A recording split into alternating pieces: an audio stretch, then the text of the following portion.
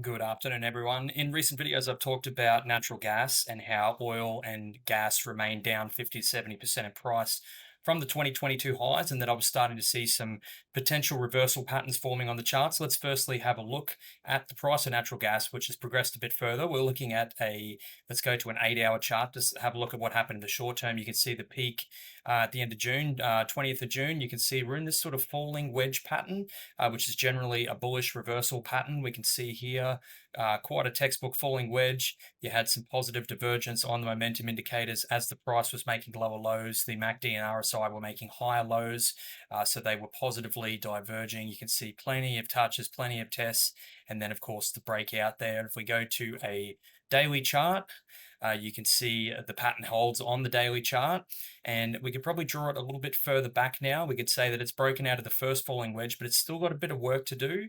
If we have a look at this high from March 2025, which was more of a key high, if we zoom back, we can see that that March high is the highest price level since the decline that was happening in 2022.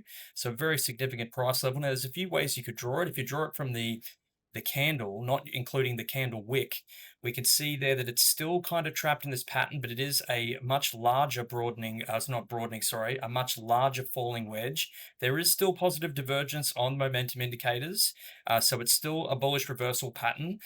We can see multiple touches there. We can see the smaller wedge that it broke out of there and a gap up. And all it's doing now is it's testing that well, the trend high, not necessarily the key previous level, which would be more around, I would say, that sort of the 380 level. So it needs to break that first. So it makes sense that it would pause there a little bit.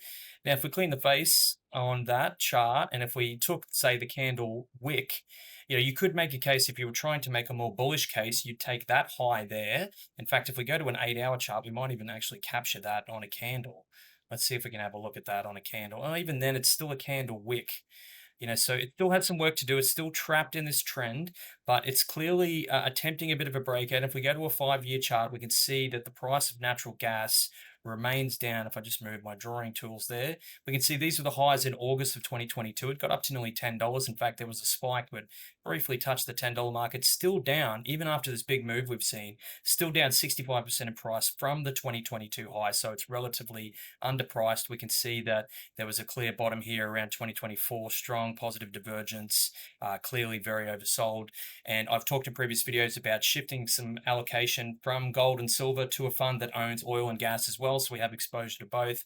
And we're starting to see further development in the potential reversal or breakout of natural gas. We'll continue to monitor. Cheers.